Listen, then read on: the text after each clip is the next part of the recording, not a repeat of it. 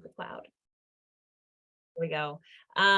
Yes, Bev, thank you so much for that opening. Thank you, Jackie, for grounding us and bringing us to the present. And it is just such a wonderful thing to be together for this 4th annual Insight Summit. It's great to see so many wonderful faces, and really just the chance to be together. So thank you. So I wanted to kind of talk about this whole theme, right? Why so curious, the power of curiosity in reconciliation and change. How did we come up with this idea for the summit anyways? So previous summits, we focused on integrating theory and practice. We did that in PEI. In the last couple, we've really talked about connecting and building our insight community. But the question is still, what is our community founded on? And really, a big part of that is curiosity, right? Curiosity as a tool for engaging conflict effectively. Curiosity is such an integral and powerful part of the insight approach. It's how we can make that sustainable conflict-specific change, right? By wondering, discovering, and learning in a targeted and specific way. So we thought we should probe that decision, that choice to become curious. Why do that? The insight approach suggests, and I'll actually be talking more about this in my workshop later today, but the insight approach suggests that we can begin to understand the decisions we make by paying attention to our minds, right? In particular, the valuing that patterns our decision. So valuing is what we do really to discern significance. When we experience the world around us, a specific event, a sound, a smell, that coffee, it doesn't really matter what, but we interpret it and we spontaneously have a feeling about it, have a feeling that tells us how it matters, how it's significant. So not only do we kind of discern whether or not it's significant, is this something that I want to pay attention to more? Is it something I want to devote my mental resources towards? But we also discern how it matters, how it's significant. And so when we're talking about this choice to become curious, in order to really figure that out, we kind of need to peel back, well, what's that valuing that's spurring us to want to be curious anyway?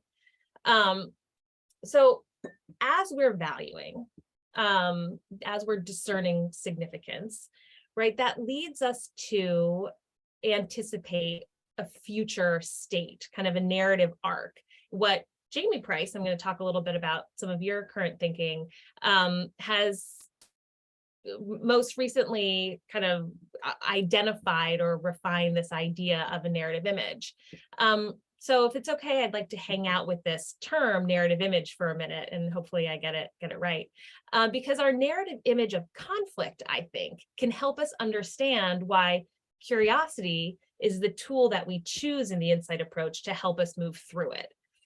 So Jamie calls the narrative image an image because it's pre-articulation, right? We see it with our mind's eye. We haven't necessarily thought it through or put words to it. It's an image, it's a snapshot. So let me give you an example. So yesterday, actually, I saw a moving truck outside my house, and I live on a long block with a bunch of row houses. And I, obviously did some wondering about it. Whose is it? What does this mean? Are my neighbors moving? Maybe they're just moving some furniture.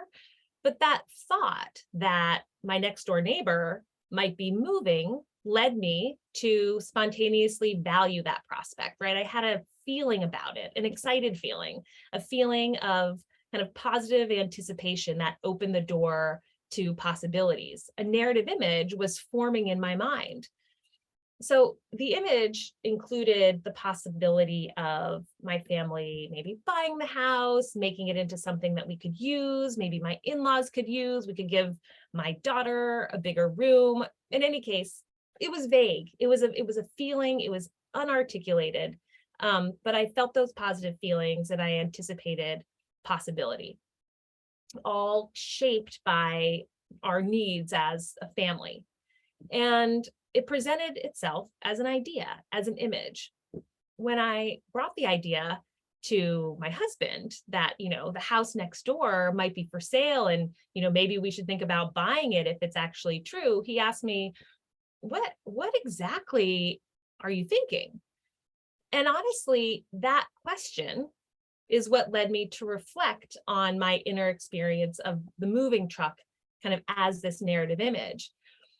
And as I thought about it and started putting words to the image, the realities and the logistics of my inner experience kind of began to reveal themselves. What would it actually mean to do this thing, and would it work? So the image I had was just that. It was an image, it was a thought, it was an idea. It had kind of a narrative structure, but it was before words, really. And this is how our valuing often presents itself, as this narrative image that draws on what we know and feel and expect, and places our current experience kind of into that. And then that shapes what we do in response.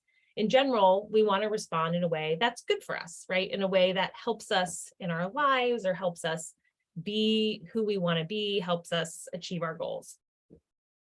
So that kind of brings us back to why get curious, right? Why that choice in the face of conflict? Why not persuade, or why not problem solve? Why not just detach and move on? So how does the decision to get curious respond to our narrative image, especially when it comes to conflict, division, reconciliation, and change? What makes that kind of the best thing to do? So to get at that question, it would be helpful for us to actually start to lay out our narrative image. What do we mean, right? What are we responding to? And how are we wanting to make an impact when we're thinking about conflict? So I'd love to do this together kind of as a quick activity and an exercise. So let's everyone take a minute to draw your attention to the narrative image that comes up for you when you think about confronting conflict or division or harm, right? As the cares about conflict and conflict practitioners and thinkers of various stripes and designs that you are, what comes up for you when you think about conflict? What image comes up? So put a few words, if you can, in the chat to start to describe that image.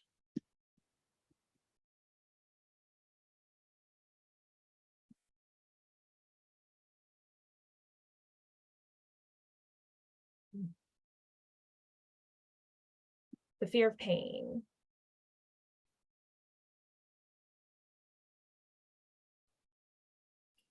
Turmoil, tightening in the gut, stomach, pushing or pulling, threat of loss, anxiety in the body and mind, tension, sharpness, body freeze, misunderstandings, high risk, shrinking away, redness, futility, breakdown of social systems, run, shouting, heart rate, breath stopped, breathing stopped, irritation, stuck. The whole community is going to fall apart. I will be left alone. Desire to avoid awkwardness. Opportunity.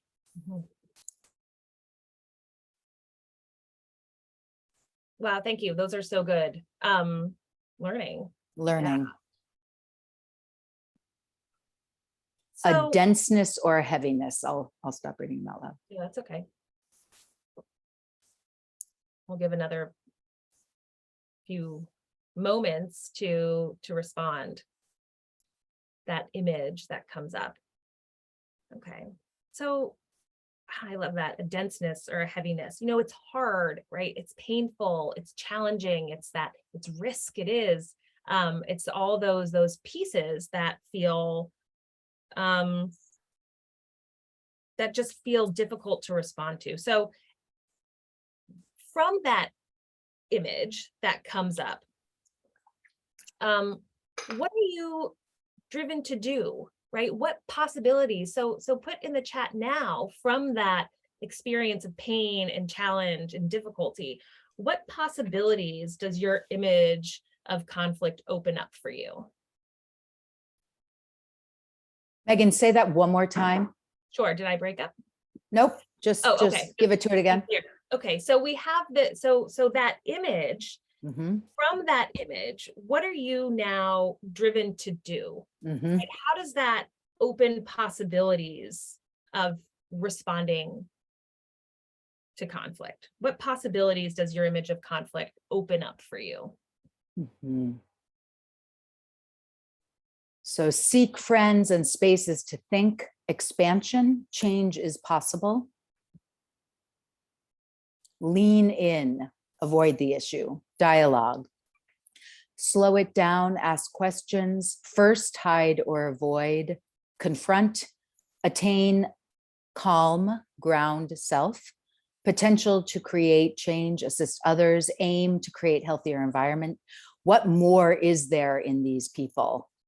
Develop a collaborative network to collaborate, write about it, wonder, check my lens, locate my spine, go deep, be willing, think, free, that the denseness or heaviness is interestingly constrained or contained by a boundary. Go in.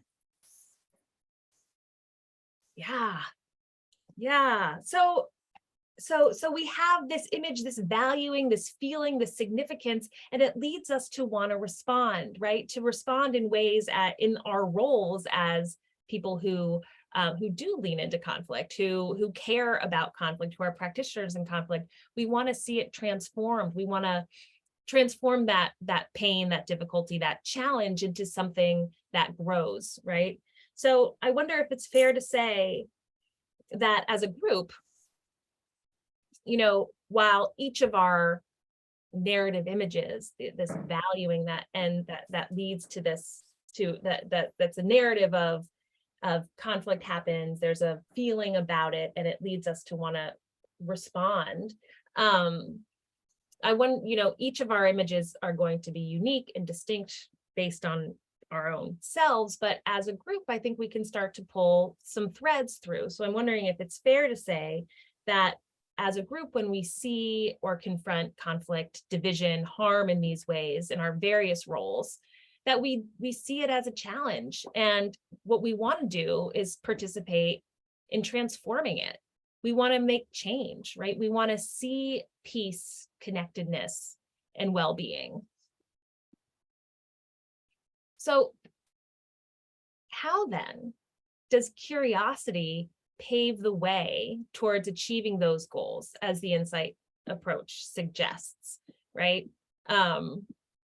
Figuring out what more there is in people, attaining that calm and grounding the self, slowing it down, having the dialogue, all of these pieces. Where does curiosity fit in? How does curiosity pave the way?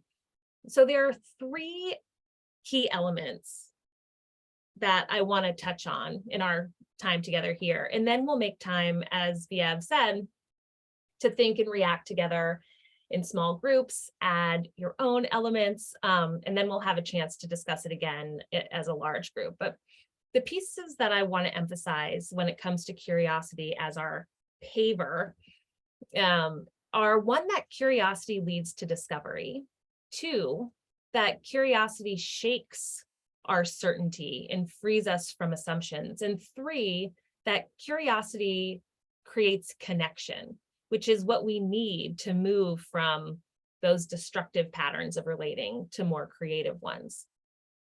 So let's start first with the idea that curiosity leads to discovery. We're all familiar with getting curious. It's part of being human, right? Being intrigued or pulled by something, following our nose, figuring out the answer, right? At its core, curiosity is our desire to know, to seek understanding, to experience the new. It pulls us forward in life. And there are lots of people who have actually studied curiosity, of course, and there's still lots more to learn. But to think through kind of what we know about curiosity, there are really two types. There's diversive curiosity, which refers to a more general tendency to seek. And then there's specific curiosity, which, much like its name, describes what we're doing when we want to satisfy uncertainty about something specific. So regardless of the type of curiosity that we're talking about, there seems to be a sweet spot for generating or activating curiosity, what researchers call the information gap. So when the information gap is too wide, too small, or I would also add too deep, we're less likely to be curious. So in other words, when we know nothing about a subject or have no connection to it, we don't become curious. It's way too much effort. It's like some very complicated math problem. You see it written on the wall or on the chalkboard, and you're kind of like, okay, I don't know anything about that. And you don't pay much attention to it unless you're a mathematician and you find that stuff very, very interesting. But we're also less likely to get curious when the gap is closed, when we feel like we already know, right? So there's no need for any more information or to get curious. We know, so 2 + 2 is 4. There's nothing more to that. And then when the gap is too deep, right? When the information that we might discover could be too dangerous, then we don't want to know, then our curiosity also shuts down. So this information gap needs to be moderate to activate curiosity. We have to know what we're looking for so that our seeking is relevant. And we have to have the sense that there's something to be discovered, or we might be blinded by a sense of certainty. And we also need to have a sense that what we discover will be useful and not harmful. So the insight approach opens that information gap by focusing our curiosity on discovering the interiority of conflict decision-making and behavior. Or if we're looking at systems of conflict, what patterns of decision-making and structural habits are perpetuating cycles of conflict. So focusing our curiosity on the interiority of conflict decision-making targets the information that we're looking to reveal. It's not so big that we have no grounding. And it ensures that while we have the guide of conflict decision-making, we don't know what's leading a person to act until we ask, right? So there's something to discover. It's that interiority of decision-making that is still on the table to wonder about. And we also know that this information is not too dangerous to learn. It's actually useful, right? And it can lead us to better thinking, better decision-making, and ultimately new ways of interacting. So curiosity opens discovery, particularly when the information gap is at that sweet spot. And curiosity and the insight approach focus towards conflict. The interiority of conflict decision-making helps us get there. So that really brings me to point number 2, which is that curiosity shakes our certainty and frees us from assumption. So this is the other reason why so curious, or another reason for why so curious. And this is actually a two-way street. Curiosity as a practitioner's tool can help us shake our certainty and free us from assumptions, because we come to a situation without already knowing the answer. It's important for us to bring curiosity to a problem so that we don't already feel like we already have the answer or aren't open to what the context tells us, right? So curiosity as a practitioner's tool helps us, but it also has an effect as an intervention, right, on the people who are the party ourselves or other parties who are engaging in conflict behavior, because when we're wondered about, it gets us to wonder. And it opens that information gap, allowing new information in, which can then open new possibilities for responding well. So I want to talk about certainty for a minute. So when we think about it, while curiosity is what pushes us forward towards discovery and new experiences and ultimately change, being certain is what gives us the solid ground on which to seek. It's comforting, right? Certainty is secure. It's why we get curious. We want to satisfy the discomfort of uncertainty by asking questions. We want to know, and knowing feels good. So there's this kind of inherent tension between curiosity and certainty that's worth mentioning. Curiosity almost works in service of certainty, where certainty is like our home base. So cognitive science helps here. It shows that as we gather new information, as we attend to it, and even as we're curious about it, we interpret it through pattern recognition. So we use what we already know, what we've already experienced, what our culture tells us is true, to anticipate what we're seeing, to fill in gaps, or to ignore information that might not fit with what we expect. Okay, so I'm going to share a slide to take a look at what we mean. And I love this slide, and I use it in all my classes. So hang on just a second. Okay. Oops.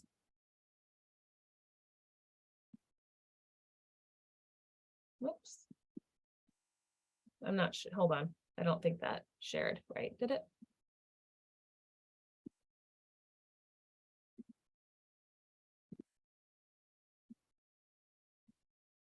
No. Hold on. I've got to minimize that so that I can share my slide, which is there. Okay. Now do you see it? Yes, we do. Great. Okay. Okay, so just take a minute and read this slide.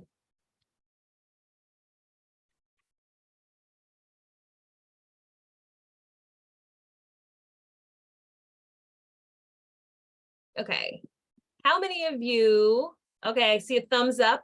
How many of you did that pretty easily?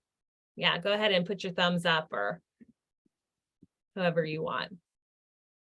Yeah, it's kind of amazing, right? It's amazing what our minds can do.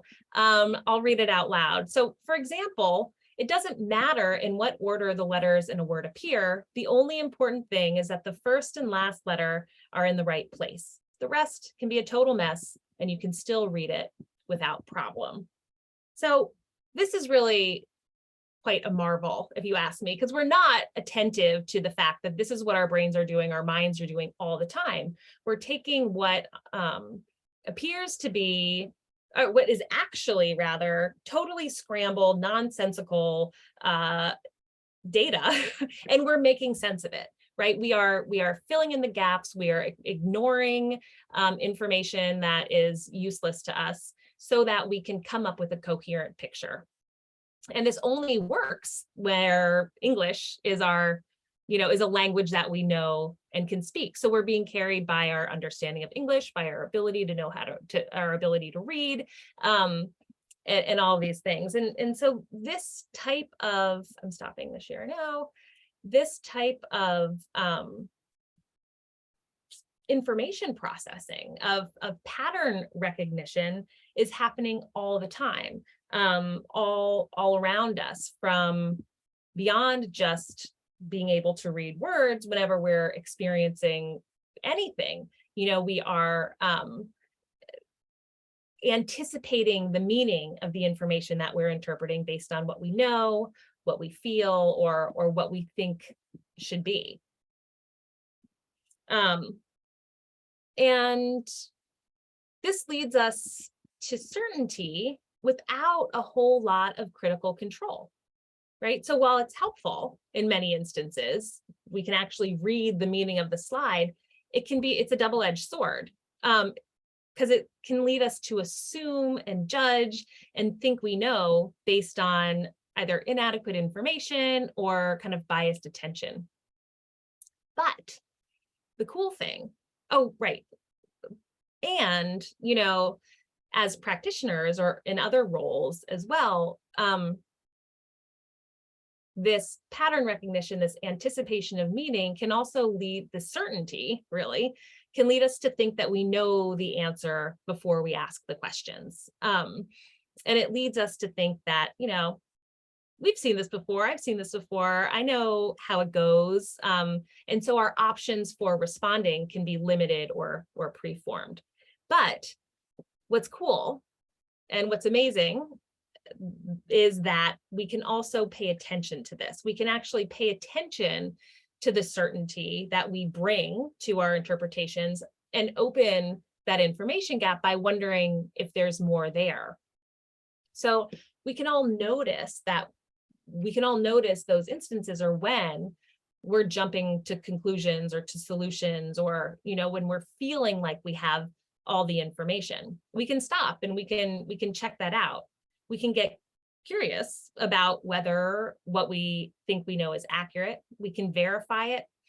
So we can ask ourselves, do I have this right? Is there more to this story? Does this solution actually fit with the problem that we're dealing with? So while certainty is part of how we use our minds, we can actually bring curiosity to it, to kind of shake that curiosity, to start to step out of the assumptions that are more automatic in our thinking and being in the world. Of course, in conflict, if we bring it back there, all of this certainty is amplified, because when we're in conflict, we're responding to feelings of threat. So our narrative image is a dire one, right? Where who we are, or what we need or want to achieve, or our relationships with people, or the way that systems work, any of those elements or all of those elements are under threat. The outcome doesn't look good, so we have to defend. And we know from our own experience, but also from neuroscience, that when we feel threat, our critical thinking shuts down. And this happens because we're protecting ourselves. We don't have time to think. We just need to act. We have to react. We have to protect, right? But curiosity can snap us out of that.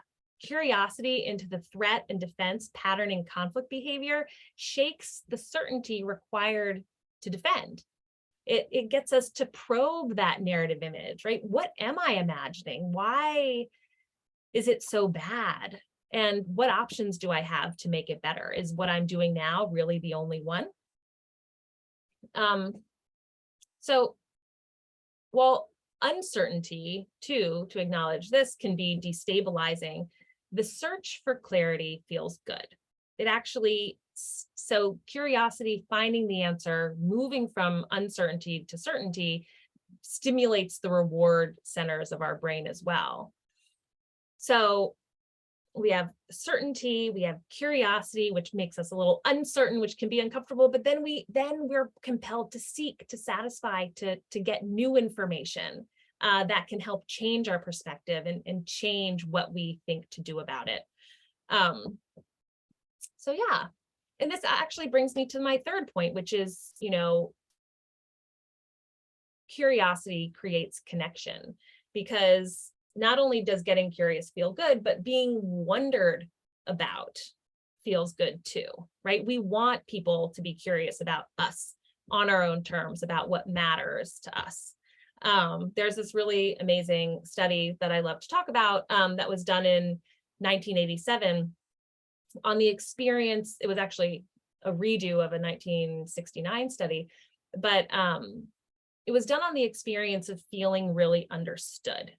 And what the researchers found is that when we feel really understood, whether or not we are, it doesn't matter. It's like when we feel that another person understands where we're coming from, who we are, three emotions are activated: satisfaction, security, and relief. Emotions that are the opposite of threat. Emotions that connect us, right?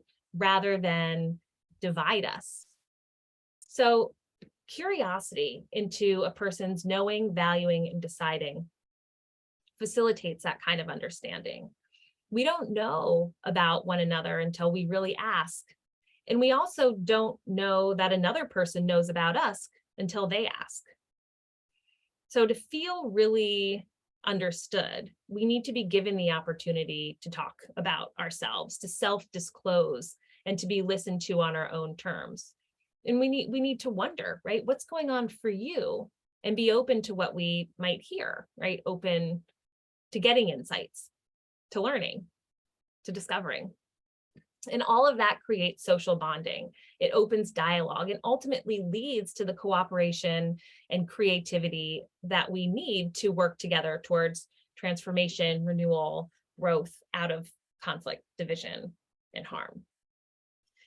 So those are the three reasons that I came up with that kind of rose to the top for me in terms of why so curious, right? Why curiosity is the tool that we choose in response to our narrative image of conflict, our quest to really change those challenging, painful dynamics of conflict and transform them into creative ones. So curiosity leads to discovery, particularly around what's motivating conflict behavior that is generating these cycles and systems of conflict in the first place.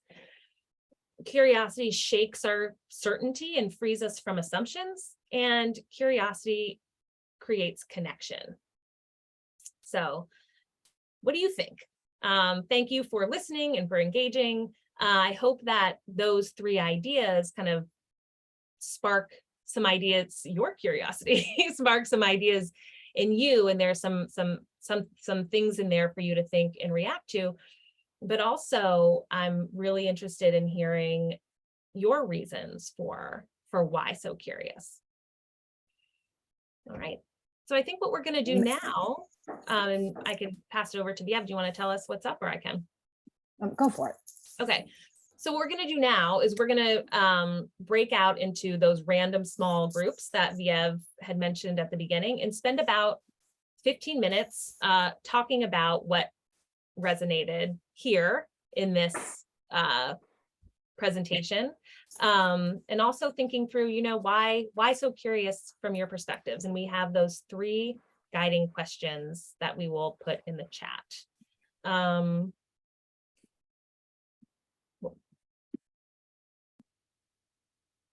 So do you want to put the questions in the chat and I will create all the workout rooms? Okay. Yep, that's great. I'm putting them in the chat now.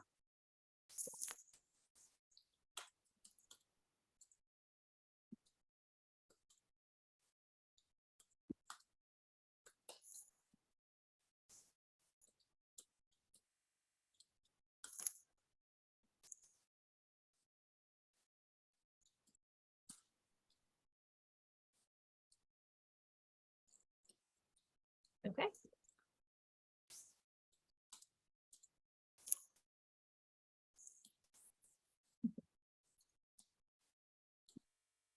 Oh, Jennifer, it is right. Jennifer writes in the chat, it's so interesting to think of curiosity being a quest to be able to be uncurious, to feel safer, right? And I think that we always need to be attentive to that. So even when we think we know, we've got to ask, is there more? What am I missing? To kind of put that certainty kind of on edge and make sure that we are operating with the most adequate knowing at the time in the moment. Yeah. Okay, so we have the three guiding questions are, what did you notice mattering to you? What connections from the presentation do you discern in your own life? And is it not showing up? I don't see the last one.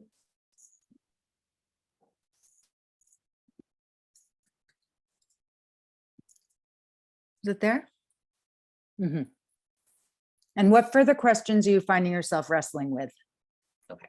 And what further questions are you? Okay, so these should remain in the chat as you go out into your groups. Mm-hmm. And I will open them now. Thank you.